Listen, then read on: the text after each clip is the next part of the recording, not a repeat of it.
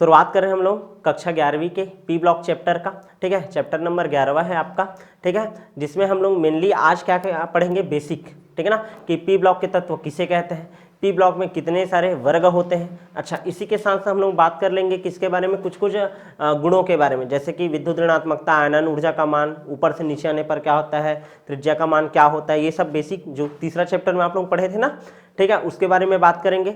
और इसी के साथ हम लोग पढ़ेंगे आज क्या, डी संकुचन क्या होता है, लेंथेनेट संकुचन क्या होता है, और यदि समय रहा तो पढ़ेंगे अक्रिय युग्म प्रभाव क्या होता है। आज का क्लास जो रहेगा, ध्यान समझना, पूरा कॉन्सेप्ट बेस्ड रहेगा।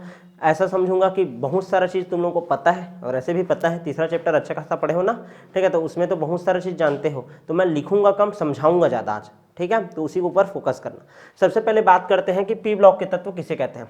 ध्यान दो, सबसे पहले हमारा क्वेश्चन ये आता है कि पी ब्लॉक के तत्व किसे कहते हैं। तो सबसे पहले परिभाषा इसका क्या दोगे, ठीक है, कि वे तत्व जिनका जब हम लोग क्या निकाले, इलेक्ट्रॉनिक विन्यास निकाले। क्या निकाले, इलेक्ट्रॉनिक विन्यास। तो अंतिम इलेक्ट्रॉन कौन से उपकोष में प्रवेश करेगा, पी, या पी कक्षक में क्या करता है, प्रवेश करता है, तो उसे हम लोग क्या बोलते हैं, पी ब्लॉक के तत्व। समझ आया कि नहीं। तो पी ब्लॉक के तत्व किसे कहते करके परिभाषा आएगा, तो क्या लिखोगे कि वे तत्व जिनके अंतिम इलेक्ट्रॉन पी कक्षक में प्रवेश करते हैं, उसे हम लोग क्या बोलते हैं, पी ब्लॉक के तत्व। एग्जांपल के लिए समझो, जैसे कार्बन है, कार्बन परमाणु क्रमांक कितना होता है, 6। इलेक्ट्रॉनिक विन्यास निकालोगे 1s2 2s2 2p2, पी कक्षक में प्रवेश किया, तो ये कौन से ब्लॉक का तत्व है, पी ब्लॉक का। वैसे ही तुम लोग देख लो, एल्यूमिनियम परमाणु क्रमांक कितना है, 13। ठीक है, 13 है तो 1s2 2s2 2p6 हो गया। ठीक है, 6 2 8 2 10। ठीक है ना, 1s2 2s2 2p6। उसके बाद क्या आ जाएगा, 3s2, फिर क्या आ जाएगा 3p, कितना आ जाएगा 1, क्या आ जाएगा 3p1। समझ आ रहा है कि नहीं। तो अंतिम इलेक्ट्रॉन फिर से कहाँ आ गया, पी कक्षक में। क्लियर है कि नहीं। तो वे तत्व जिनके अंतिम इलेक्ट्रॉन कहाँ भरे जाते हैं, पी कक्षक में या पी उपकोष में, उसे क्या बोला जाता है, पी ब्लॉक के तत्व। क्या बोला जाता है, पी ब्लॉक के तत्व। यहाँ तक क्लियर है। अब पी ब्लॉक के तत्व कहाँ से कहाँ तक होते हैं, पी ब्लॉक के तत्व कहाँ से कहाँ तक होते हैं, तो याद रखना है आवर्त सारणी में वर्ग क्रमांक कितना, 13 से लेकर के वर्ग क्रमांक 18 तक के तत्वों को, वर्ग क्रमांक 13 से लेकर के वर्ग क्रमांक 18 तक के तत्वों को क्या बोला जाता है, पी ब्लॉक के तत्व। क्लियर है, पी ब्लॉक के तत्व, जिसमें सबसे पहले कौन सा फैमिली आता है, बोरान फैमिली, फिर आता है कार्बन फैमिली, फिर आता है नाइट्रोजन फैमिली, उसके बाद ऑक्सीजन फैमिली। ठीक है, उसके बाद कौन सा फैमिली आता है, क्लोरीन या फ्लोरीन फैमिली, उसके बाद क्या आता है, हीलियम फैमिली। कौन सा फैमिली, हीलियम। ठीक है, कैसे याद करते हैं, बाबा, अली, गए, इंडिया, थाईलैंड, टीएल, ऐसे करते हैं ना, टीएल है। यहाँ तक क्लियर है। कॉलेज, स्टूडेंट, गेट, सन, प्रॉब्लम, ये हो गया। नहीं पढ़ेंगे आज सब भी, ऐसा बोला जाता है। इसमें क्या बताया जाता है, ऑसिटिपो, ऐसा बताया जाता है। फिर कल बाहर आई आरती, 80। ठीक है, उसके बाद क्या आता है, हीना ने आरंग में कुर्ता कटवा कर रंगवाया, ऐसा करके चलता है। यहाँ तक क्लियर है कि नहीं, समझ आया। ठीक है, तो पी ब्लॉक को कैसे याद कर सकते हैं, ध्यान से देखो, वर्ग क्रमांक कितना है, 13 14 15 16 17 और ये 18। यहाँ तक क्लियर है। वर्ग क्रमांक 13 से लेकर के वर्ग क्रमांक 18 तक के तत्वों को क्या बोला जाता है, पी ब्लॉक के तत्व। इस ग्रुप में जितना भी तत्व है, इसका जो लास्ट इलेक्ट्रॉन आएगा वो Np1 होगा। क्या होगा, Np1। इसमें जितना भी आएगा उसका क्या आएगा, Np2। इसमें जो भी आएगा उसका Np3। इसमें जो भी आएगा उसका Np4। इसमें जो भी आएगा उसका Np5 लास्ट। और इसमें क्या आ जाएगा, Np6 लास्ट। क्या होगा, Np6 है, हीलियम अपवाद है, हीलियम बस को छोड़ देना। ठीक है ना, ये यहाँ से Np6। क्लियर है कि नहीं, यहाँ तक समझ आया। अरे हीलियम का परमाणु क्रमांक कितना होता है, 2। 1s2 खत्म ना कहानी। लेकिन उसके बाद नियॉन देखो 10 होता है, 1s2 2s2 2p6। यहाँ तक क्लियर है कि नहीं, यहाँ तक समझ आया कि नहीं। ठीक है, तो ये हो गया आपका पी ब्लॉक के तत्व क्या होते हैं। ठीक है, उनका स्थिति कहाँ से कहाँ तक है, और अंतिम कोष में इलेक्ट्रॉन, ध्यान समझना, यहाँ P1, यहाँ पास P2, यहाँ पास P3 P4 P5 और P6। तुमको पता भी है कि पी ब्लॉक के जो तत्व रहते हैं, ध्यान समझना, पी ब्लॉक के तत्व रहते हैं, उनके लिए पी कक्षक कितना रहता है, 3, एक Px, एक Py और एक Pz।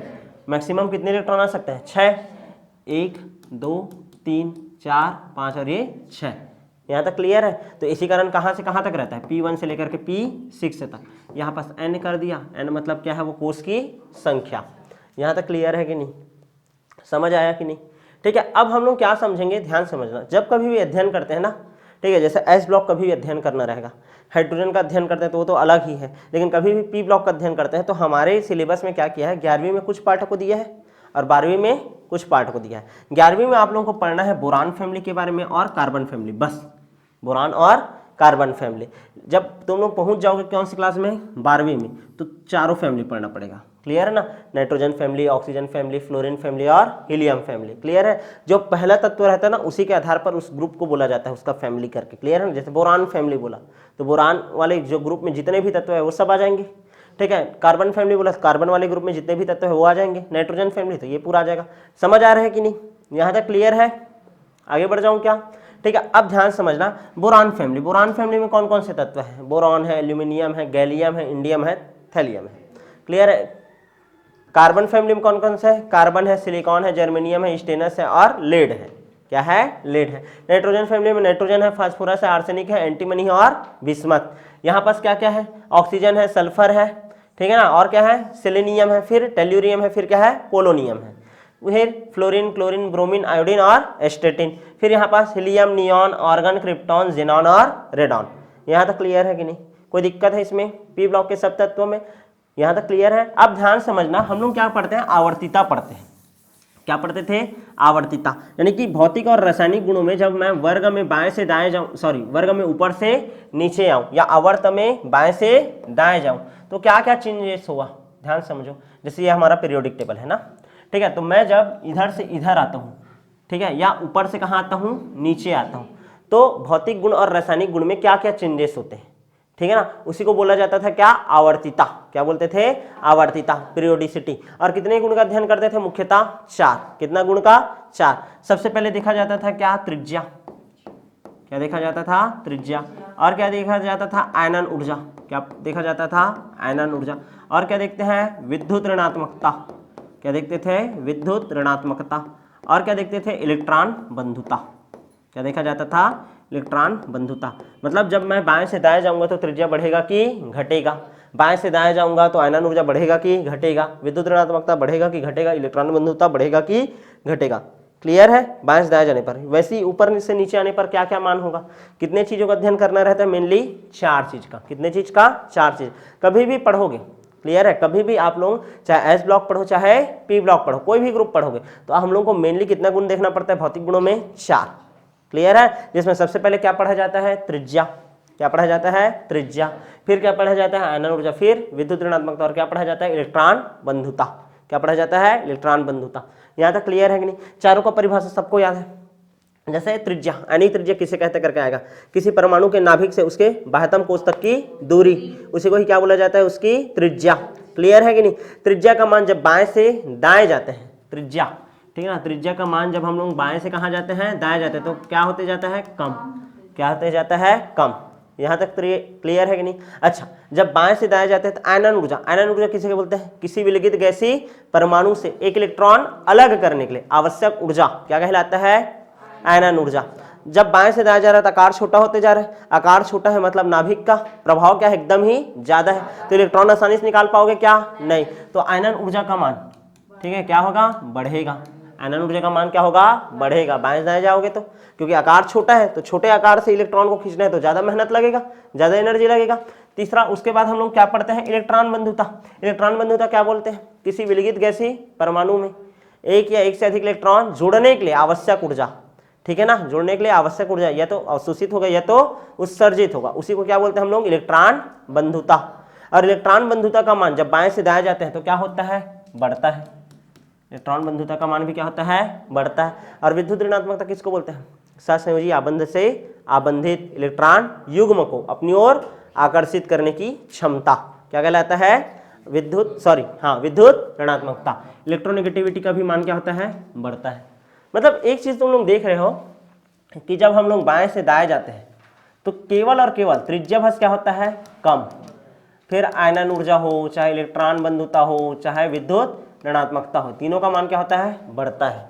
क्या होता है, बढ़ता है। ये नॉर्मल ट्रेंड है, ये नॉर्मल ट्रेंड है। जब बाएं से दाएं जाते हैं तो त्रिज्या का मान कम होता है, इलेक्ट्रॉन बंधुता, आयनन ऊर्जा और विद्युत ऋणात्मकता का मान बढ़ता है। क्लियर है?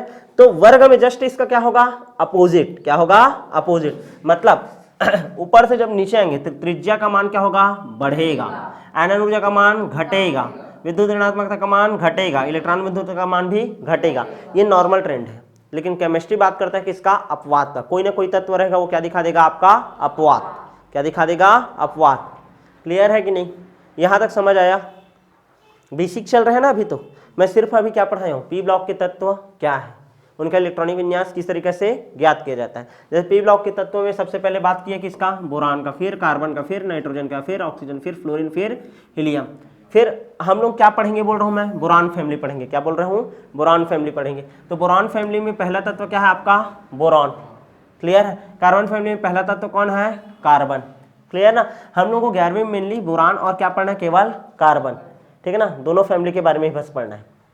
क्लियर है? अच्छा, याद रखना जब कभी भी ग्रुप में पढ़ोगे तो ये सब जो गुण है कहाँ से कहाँ पढ़ोगे, ऊपर से नीचे। तो आसानी से बता सकते हो, जब ऊपर से नीचे आते हैं तो त्रिज्या का मान बढ़ता है और इन सभी का मान घटता है। क्लियर है कि नहीं? लेकिन ध्यान से समझना, हर हमेशा ये सच होगा क्या, नहीं। उसी को ही क्या बोलेंगे हम, अपवाद। क्या बोलेंगे, अपवाद। यहां तक क्लियर है? नॉर्मल ट्रेंड होता है उसको जान डालें, जो नॉर्मल ट्रेंड नहीं दिखाएगा मतलब वो क्या है, अपवाद है। क्या है, अपवाद है। यहां तक क्लियर है? जैसे मैं बोल रहा हूं तुम लोगों को कि जब मैं ऊपर से नीचे आता हूं तो आकार क्या होता है, बढ़ता है। आकार यदि बढ़ता है तो बोरान से भी ज्यादा आकार होना चाहिए किसका, एल्यूमिनियम का, और एल्यूमिनियम से भी ज्यादा आकार होना चाहिए किसका, गैलियम का। लेकिन एल्यूमिनियम और गैलियम का साइज लगभग समान हो जाता है, तो ये क्या हो गया, अपवाद। क्या हो गया, अपवाद। समझ आ रहा है कि नहीं? क्लियर है कि नहीं? ठीक है, आगे बढ़ जाऊं क्या मैं? ठीक है, तो कभी भी अपवाद रहता है तो अपवाद का भी कुछ ना कुछ क्या होगा, कारण होगा। क्या होगा, कारण। और अपवाद दिखाने का मेनली कितना कारण होगा, पी ब्लॉक में 3 कारण होगा। कितना कारण, 3 कारण। जब भी भौतिक गुण पढ़ाऊंगा तो मेनली कितना कारण हो जाएगा, 3 कारण। एक तो होता है डी संकुचन। क्या होगा, डी संकुचन। एक होगा एफ संकुचन, या जिसको हम लोग बोलते हैं लेंथेनेट संकुचन या एक्टेनेट संकुचन। लेंथेनेट संकुचन या एक्टेनेट संकुचन। एक हम लोग पढ़ेंगे अक्रिय युग्म प्रभाव। क्या पढ़ेंगे, अक्रिय युग्म प्रभाव। यहां तक क्लियर है कि नहीं, समझ आया? ठीक है, ध्यान दो भाई। अच्छा, कभी भी जब तुम वर्ग पढ़ते हो तो वर्ग का जो पहला तत्व रहता है ना, वो असामान्य गुण दिखाता है इन सभी से। समझ आ रहा है कि नहीं? जितने भी तत्व रहेंगे, जैसे बोरान फैमिली है, बाबा अली गए, इंडिया, थाईलैंड, ऐसे करके याद करवाया हूँ। ठीक है, तो जो बोरान रहेगा, ठीक है, इसका गुण इन सभी से, एल्यूमिनियम, गैलियम, इंडियम, थैलियम से थोड़ा सा क्या होगा, अलग होगा। क्या होगा, अलग होगा। पहला तत्व असामान्य व्यवहार दिखाता है। क्लियर है कि नहीं? इसी कारण तो पहला नंबर में है वो। यहाँ तक क्लियर है कि नहीं, समझ आ रहा है? ठीक है, तो हम लोग को कैसे पढ़ना है, ध्यान समझो। ठीक है, तो पहले तो ये नॉर्मल ट्रेंड है, तुम लोगों को समझा दिया हूँ। ठीक है, याद रहेगा कि नहीं? ऊपर से नीचे आने पर 3 चीज का मान बढ़ता है, क्या होता है, घटता है, और त्रिज्या का मान बढ़ता है। ये बस याद रखना पहले तो नॉर्मली। यहाँ तक क्लियर है? ये याद हो गया? उसके बाद मैं क्या बोल रहा हूँ कि अपवाद शो करेगा। अपवाद शो करने का कितना कारण हो रहा है बोल रहा हूँ मैं, 3 कारण। एक तो होता है कि आपका डी संकुचन, एक होता है कि आपका लेंथेनाइट संकुचन या एक्टेनाइट संकुचन, एफ संकुचन बोल देते हैं उसी को, और एक होगा क्या आपका अक्रिय युग्म प्रभाव। क्या होगा, अक्रिय युग्म प्रभाव। तो चलो पहले बात करें क्या डी संकुचन क्या होता है। ठीक है, सबसे पहले बात करते हैं क्या डी संकुचन। देखो आवर्त नंबर, देखो पहला, दूसरा, तीसरा और ये चौथा। आवर्त नंबर तीसरा और आवर्त नंबर चौथा। तीसरा और चौथा आवर्त में देखो, तीसरा आवर्त में डी ब्लॉक का तत्व आया है क्या, नहीं। लेकिन जैसे ही चौथा आवर्त आया तो देखो ये तो आपका कैल्शियम है, उसके बाद क्या है, गैलियम है। यहां तक ध्यान देना, ऑर्गन था, पी ब्लॉक का तत्व था। उसके बाद ये कौन सा ब्लॉक का तत्व आ गया, एस, फिर क्या आ गया, डी। पहले देखो यहां पर जब पी ब्लॉक का तत्व रहता था, पी के बाद डायरेक्ट आता था एस, फिर आ जाता था क्या, पी। लेकिन जैसे ही वर्ग क्रमांक तीसरा से कहां गए तुम लोग, चौथा, तो बीच में कौन कौन सा ब्लॉक आने लग गया, एस ब्लॉक भी आ गया और डी ब्लॉक भी आ गया। क्लियर है कि नहीं? एस ब्लॉक भी आ गया और डी ब्लॉक भी आ गया। यहां तक क्लियर है? अब इसके कारण क्या प्रभाव पड़ेगा, देखो जब मैं ऊपर से नीचे आता हूं, बोरॉन, एल्यूमिनियम और गैलियम। बोरॉन है, एल्यूमिनियम है और आपका क्या है, गैलियम है। ध्यान समझना, बोरान परमाणु क्रमांक कितना, 5, एल्यूमिनियम परमाणु क्रमांक कितना, 13, गैलियम 31। कितना होता है, 31। यहां तक क्लियर है? अब ध्यान दो कैसे निकालोगे इलेक्ट्रॉनिक विन्यास, 1s2 2s2 2p1, ठीक है। इसके में क्या आ जाएगा 3s2 3p1, यहाँ पास क्या आ जाएगा 4s2 4p1 4s2 4p1। यहाँ तक क्लियर है। एल्यूमिनियम का और अच्छे से इलेक्ट्रॉनिक विन्यास यदि निकालूँ तो थोड़ा सा और चौड़ा से करते हैं एकदम से, 1s2 2s2 2p6 3s2 3p1, 6 4 10 10 2 12 12 और 1 13।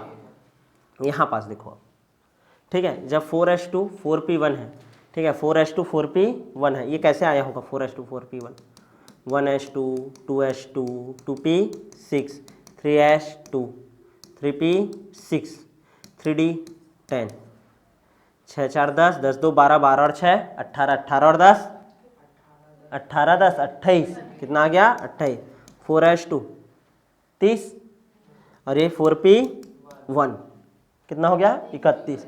यहाँ पास ध्यान से समझने का कोशिश करो, ध्यान देना ना, जब मैं बोरान का कक्षक बना रहा हूँ 1s2 2s2 2p1, ये 1s2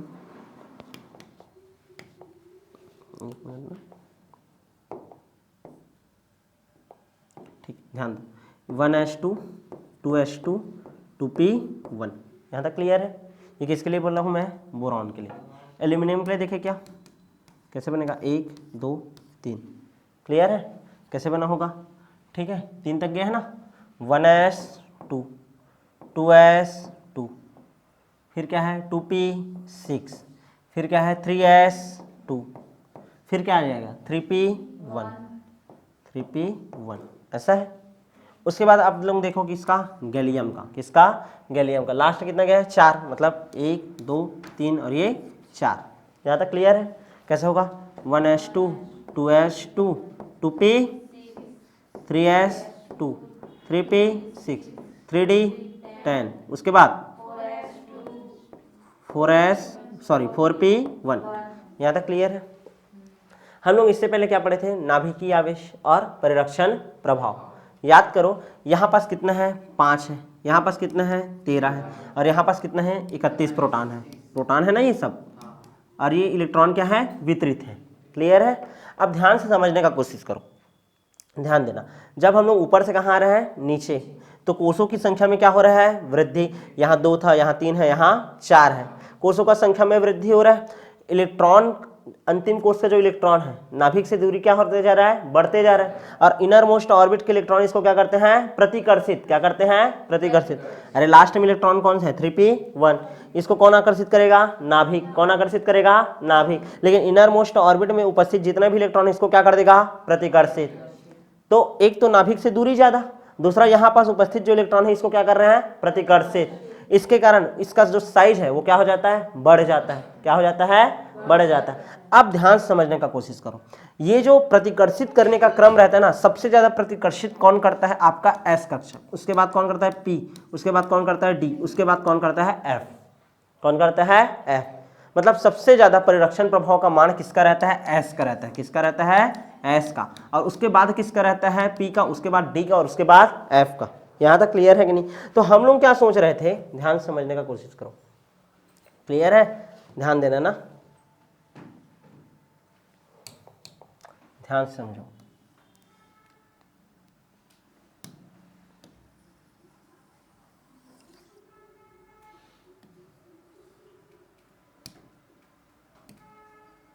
चल इसी देखो, ठीक, यहाँ पास ध्यान दो, ठीक है, यहाँ पास लास्ट इलेक्ट्रॉन कौन है p1, ये आकर्षित होना चाह रहा था लेकिन इनर मोस्ट ऑर्बिट का इलेक्ट्रॉन क्या कर दिया इसको प्रतिकर्षित। यहाँ S कक्षक और P कक्षक है, इसका परिरक्षण प्रभाव का मान ज्यादा है तो क्या कर दिया प्रतिकर्षित।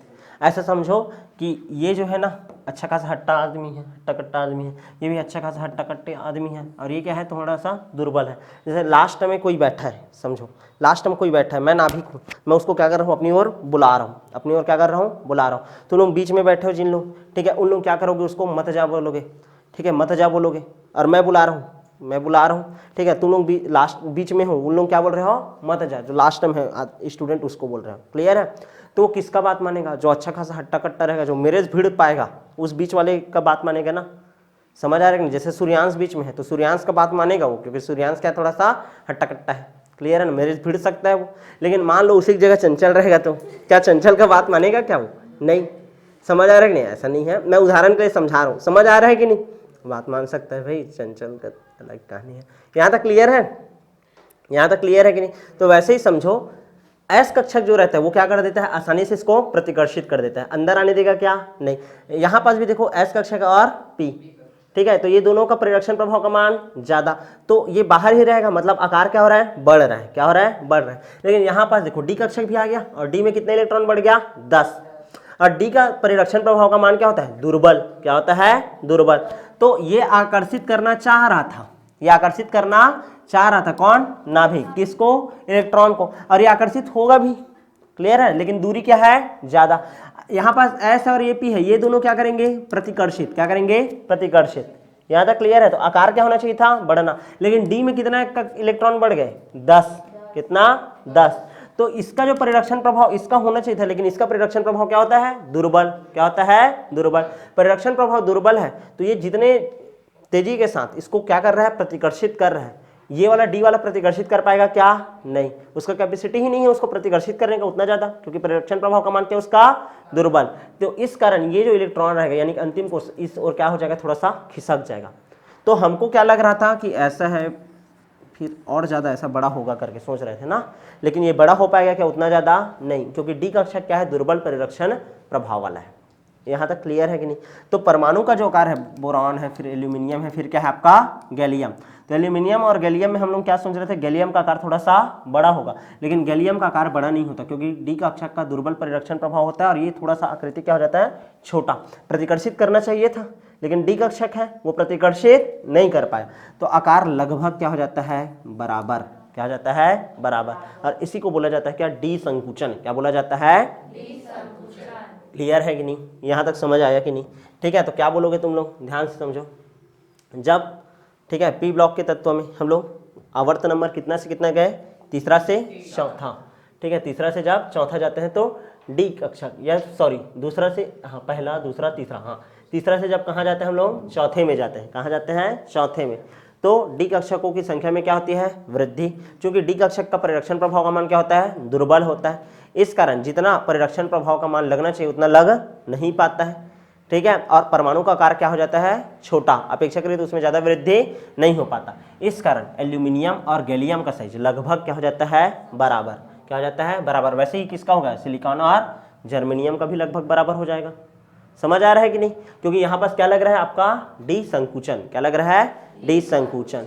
क्लियर है कि नहीं? मान लो वही चीज मैं बोलूंगा, ठीक है, यहाँ पास देखो ये है तुम्हारा क्या? ज़ेनॉन है। क्या है? ज़ेनॉन।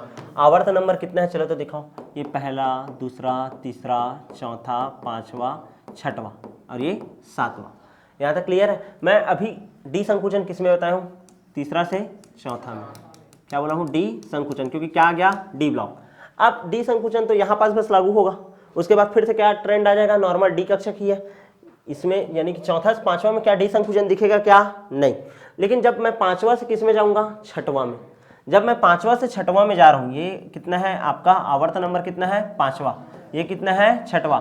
जब पांचवा से छठवां जा रहा हूं तो यहाँ पास क्या आएगा? एफ ब्लॉक के तत्व लेंथेनाइड आ जाएगा, और लेंथेनाइड आएगा यानी कि एफ कक्षक में कितने इलेक्ट्रॉन भर जाएंगे? 14 इलेक्ट्रॉन। कितने इलेक्ट्रॉन? 14। और तुमको पता है फिर से कि एफ का परिरक्षण प्रभाव का मान क्या होता है? एकदम दुर्बल। तो यहाँ पास जो संकुचन आएगा उसको क्या बोलेंगे हम लोग? एफ संकुचन। क्या बोलेंगे? एफ संकुचन। और फिर से आकार क्या हो जाएगा? छोटा। मतलब हमको जितना वृद्धि दिखना चाहिए किसमें? ज़ेनॉन से रेडॉन में। ज़ेनॉन से रेडॉन में, यानी ज़ेनॉन से रेडॉन जाते हैं ना ये वाला, यानी कि इंडियम से जब कहाँ जाएंगे हम लोग?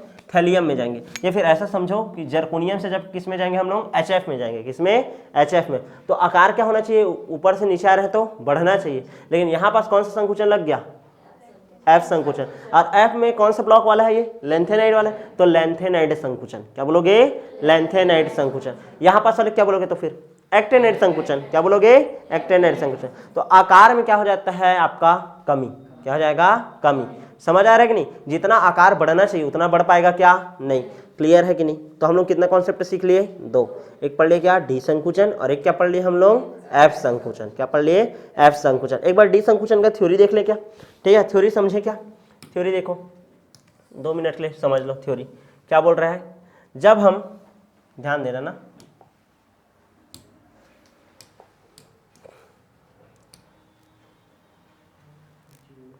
ठीक, क्या हो रहा है यार,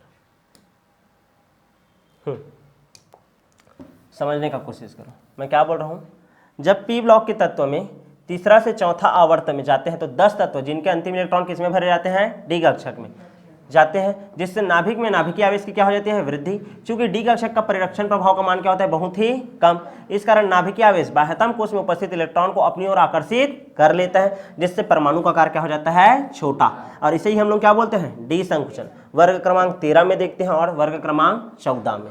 क्लियर है कि नहीं, बता डाला, ये समझ आया कि नहीं। दूसरा बात किए हम लोग किसका, एफ संकुचन का। किसका बात किए, एफ संकुचन का। लेंथेनेट संकुचन बोलते हैं जिसको हम लोग, क्या बोलते हैं, लेंथेनेट संकुचन। क्या होता है लेंथेनेट संकुचन, ध्यान दो, लेंथेनेट संकुचन, जब हम पी ब्लॉक में आवर्त नंबर कितने से कितने में जाते हैं, 5वां से 6वां में, तो डी संकुचन के साथ साथ क्या लग जाता है, एफ संकुचन। या तो लेंथेनेट का होगा या तो एक्टिनेट का। और तत्व के एफ उपकोश में कितने इलेक्ट्रॉन भर जाते हैं, 14, जिससे प्रभावी नाभिकीय आवेश बढ़ जाता है, परिरक्षण प्रभाव का मान बहुत ही कम हो जाता है। इस कारण आसानी से बाह्यतम कोश के इलेक्ट्रॉन को अपनी ओर आकर्षित कर लेता है और फिर से परमाणु का साइज क्या हो जाएगा, कम। इसी कारण मैं क्या बोला हूं आपको, इंडियम और थैलियम का आकार, यहां पर बताया था ना बीच, इंडियम और थैलियम का आकार। देखो एल्यूमिनियम और जर्मेनियम का आकार लगभग बराबर, किसके कारण, डी संकुचन के कारण। इंडियम और थैलियम का आकार लगभग बराबर, किसके कारण, एफ संकुचन। और एफ में भी कौन सा संकुचन, लेंथेनेट संकुचन। कौन सा, लेंथेनेट संकुचन। यहां तक क्लियर है कि नहीं, समझ आया। तो अपवाद किसके कारण दिखेगा आपको, डी संकुचन के कारण और लेंथेनेट संकुचन के कारण। क्लियर है, यहां तक समझ आया। बात करते हैं अक्रिय युग्म प्रभाव का। किसका, अक्रिय युग्म प्रभाव का। वर्ग क्रमांक 13, 14, 15 के तत्वों में देखा जाता है ना अक्रिय युग्म प्रभाव। क्या होता है अक्रिय युग्म प्रभाव, ध्यान से देखो।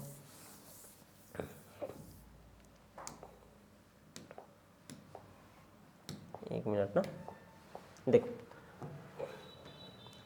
अक्रिय युग्म प्रभाव क्या होता है। अक्रिय युग्म प्रभाव हमको मतलब किससे, अभी पी ब्लॉक से ना। चलो हम लोग केवल किसको देखेंगे, पी ब्लॉक। पी ब्लॉक बस को रख लेता हूं मैं यहाँ पास। अच्छा, जरूरत पड़ेगा यार,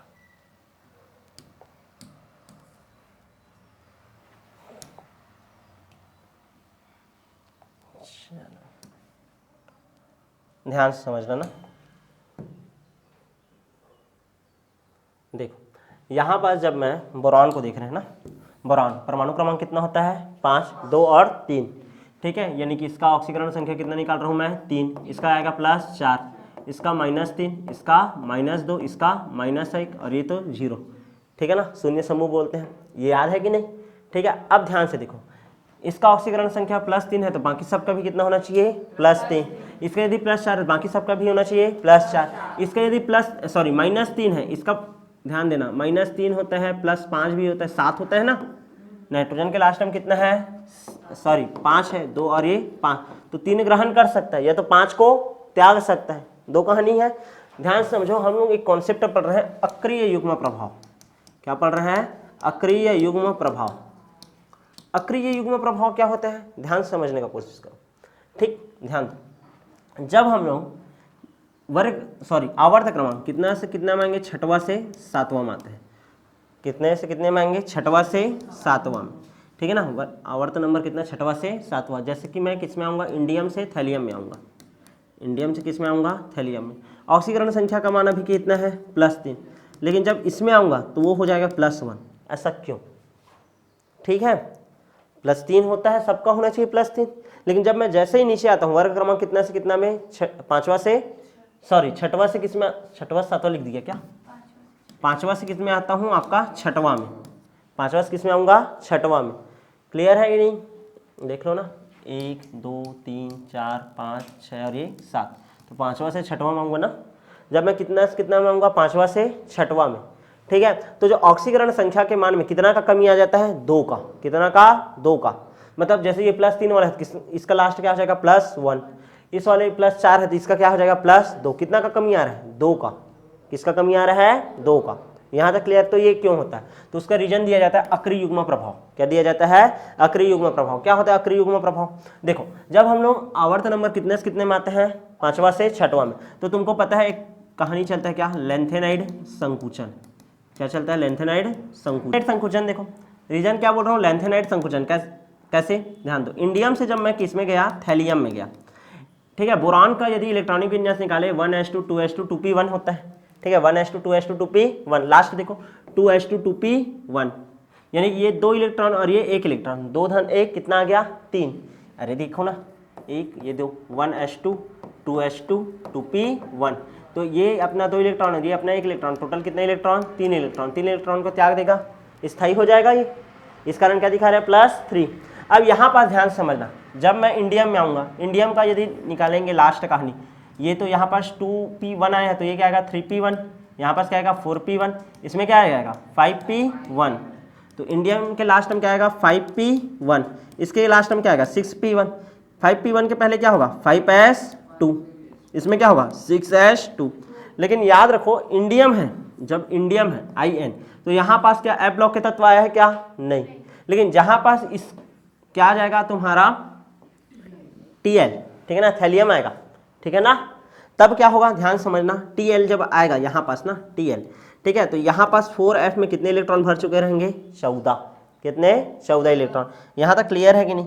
अब ध्यान समझने का कोशिश करना तुम लोग, क्लियर है। यहाँ पास 1 2 3 4 5 और ये 6, ठीक है, 6 कर रहा हूँ, 5 है ना, 5s2 5p1, चलो निकालो 1s2 2s2 2p6 3s2 3p6 3d10, यहाँ तक क्लियर है। इसके बाद 4s2 4p6 4d10 5s2 5p1। जिन लोग बोलेंगे कि f क्यों नहीं किए 4f, ध्यान दो, यहाँ पास f कक्षक आया है क्या, नहीं। अरे देखो ना f कक्षक आया है क्या इंडियम वाले में, नहीं ना।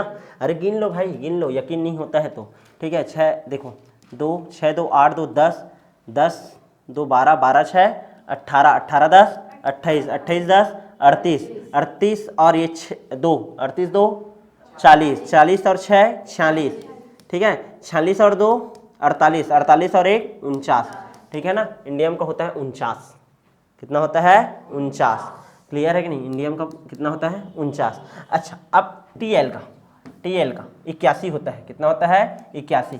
यदि इसका इलेक्ट्रॉनिक विन्यास निकालोगे ना तुम लोग, अब देखो इसका, अब ध्यान देना ना, ये तो किसका निकाल दिया हूँ मैं, इंडियम का। थैलियम का देखो 1 2 3 4 5 6 ठोक कैसे खींचा, क्यों खींचा, चलो बता, 6 है ना, ये दे 6 है। चलो निकालो 1s2, चलो 1s2 2s2 2p6 3s2 3p6 3d10 4s2 4p6 4d10, फिर 5s2 5p6, ठीक है ना। उसके बाद देखो school school public school public, ध्यान दो, school school public school public school Delhi public school, यहाँ पास आ जाएगा, ये देखो दिल्ली पब्लिक स्कूल। फिर फाड़ू आएगा, यानी कि अब आएगा 4f10, अब सॉरी 4f14 जी, 4f कितना 14, यहाँ तक क्लियर है। अरे school school public school Delhi public school फाड़ू दिल्ली पब्लिक स्कूल फाड़ू दिल्ली पब्लिक स्कूल 1s 2s 3s 4s 5s 6s 7s, यहाँ पास 2p 3p 4p 5p, ये 3d ये 4d 4f ये 5d। अब ध्यान दो, जब यदि मैं 81 करना है मेरे को, कैसे करूँगा, 1s2 लिखा हूँ, 2s2 लिखा हूँ, 2p6 लिखा हूँ, फिर 3s2 फिर 3p6, फिर देखो 3p के बाद 3d डायरेक्ट भले भर दिया हूँ मैं, लेकिन पहले किसको लिखना पड़ता है 4s2, उसके बाद 3d भरा है, क्लियर है कि नहीं। ये देख फिर क्या आएगा 4p आया, 4p के बाद क्या लिखा हूँ मैं 5s, यानी कि इधर आगे बढ़ गया। फिर 5s जैसे हुआ फिर 4d में आया, ये देख अब भरा हूँ इसको, क्लियर है ना। फिर 5p में आया, कहाँ है 5p, ये देखो 4p लिख दिया हूँ, ये क्या है ये 5p है ना, 5p भरा। फिर उसके बाद 6s2 अब फिर क्या है 4f14, ये देखो 4f14। उसके बाद क्या आ जाएगा 5d10, ये 5d10। अब उसके बाद क्या आ जाएगा, ये तुम्हारा कौन सा p है 5 हो गया, ये 6p1, क्लियर है। अब गिनो तो चलो, अब गिनो देखो 2 6 2 8 2 10 10 2 12 12 6 18 18 10 28 28 28 2 30 30 6 36 36 10 46 ना 46 हुआ 46 और 4 50 50 10 60 कितना हो गया 60। इसके बाद देखो 60 2 62 62 6 68 68 और 10 78 78 आ गया 79 80 81 आ गया 81। ये देख यहाँ तक क्लियर है। अब यहाँ पास देखो ये अंतिम कोष का जो इलेक्ट्रॉन है इसको कौन आकर्षित करेगा, यहाँ पास का नाभिक। कौन आकर्षित करेगा, नाभिक। अब नाभिक जब आकर्षित करेगा तो यहाँ पास 14 इलेक्ट्रॉन है और इसका दुर्बल परिरक्षण प्रभाव है। तो ध्यान दे जितना इसको देखो इलेक्ट्रॉन है तो इलेक्ट्रॉन को क्या करना चाहिए, प्रतिकर्षित। लेकिन ये F कक्षक में इलेक्ट्रॉन भर गया तो यह क्या प्रतिकर्षित कर पाएगा, क्या नहीं, क्योंकि इसका परिरक्षण प्रभाव का मान क्या होता है, दुर्बल। क्या होता है, दुर्बल। यहाँ तक क्लियर है। तो ये क्या हो जाएगा, आकर्षित होगा। क्या होगा, आकर्षित होगा। यहाँ तक क्लियर है। इसी को ही हम लोग क्या बोलते हैं, बोला हूं मैं, लेंथेनाइड संकुचन। अब ध्यान से समझने का कोशिश करो। यहाँ पास जब मैं 6p1 और 6s2 है, मैं तुम लोगों को बताया था कि एक ही में देखो S भी है, P भी है, D भी है। एक ही ठोक लाइन में S भी है, P भी है और D भी है। तो ये तीन रेखाओं से मिलकर बना होगा ये वाला लाइन भी। समझ आ रहा है कि नहीं, ध्यान समझना। यहाँ पास तुम लोग कितना चीज को, कितने कक्षक को शो कर रहे हो, 1 2 3 और ये 4। S कक्षक भी है, P भी है, D भी है और F भी। इसमें ज़्यादा करीब कौन है, S है। फिर कौन होगा, P होगा। फिर कौन होगा, D होगा। फिर कौन होगा, F। और इस सब को इकट्ठा कर दिए, फिर एक लाइन लिखे हो। आया समझ। अब यहाँ तक क्लियर है कि नहीं, मैं जो समझा रहा हूँ मैं। तो वैसे ही समझो, यहाँ पास 6p1 है, 6s2 है। तो यहाँ पास एक S वाला लाइन है और एक कौन सा वाला लाइन है, P वाला। ज़्यादा करीब कौन सा वाला लाइन है, S वाला। कौन ज़्यादा करीब है, S वाला। तो ये आकर्षित करना चाह रहा है, तो बाहर के P1 को आकर्षित करेगा कि S2 को आकर्षित करेगा, S2 को, क्योंकि ये ज़्यादा पास है। क्योंकि ये ज़्यादा क्या है, पास है। तो ये ज़्यादा पास है तो इसके दोनों इलेक्ट्रॉन को अपनी ओर क्या कर लिया, आकर्षित। क्लियर है। तो यहाँ पास इसको 3 ठोक इलेक्ट्रॉन इसका यहाँ पास से निकाल सकते थे, 2 और 1 3। लेकिन तुमको पता है कि जो नाभिक के करीब कौन सा वाला है, S वाला। तो ये दोनों के दोनों जो इलेक्ट्रॉन हैं वो अब खाली हैं, क्या नहीं। क्या वो बंध निर्माण में भाग लेंगे, क्या नहीं। बंध निर्माण में भाग नहीं ले रहे, मतलब वो क्या हो गए, अक्रिय हो गए। क्या हो गए, अक्रिय हो गए। क्या अक्रिय हुआ, युग्म, पेयर। ठीक है ना, ये युग्म है ना, 2 ठोक को क्या बोलते हैं, पेयर बोलते हैं, 2 इलेक्ट्रॉन रही। ठीक है। तो S कक्षक के जो 2 इलेक्ट्रॉन हैं, यानी कि जो पेयर हैं, ठीक है, वो क्या हो गए हमारे, क्या हो गए, ये अक्रिय हो गए। क्या हो गए, अक्रिय। तो इसी को ही हम लोग बोलते हैं अक्रिय युग्म प्रभाव। क्या बोलते हैं, अक्रिय युग्म प्रभाव। यानी कि यहाँ पास देखो 2 और 1 3, तीनों के तीनों इलेक्ट्रॉन बंध बनाने में निकल सकते, बाहर जा सकते थे। लेकिन यहाँ पास F कक्षक आया तो यहाँ पास के S के 2 इलेक्ट्रॉनों को अपनी ओर क्या कर लिया, खींच लिया।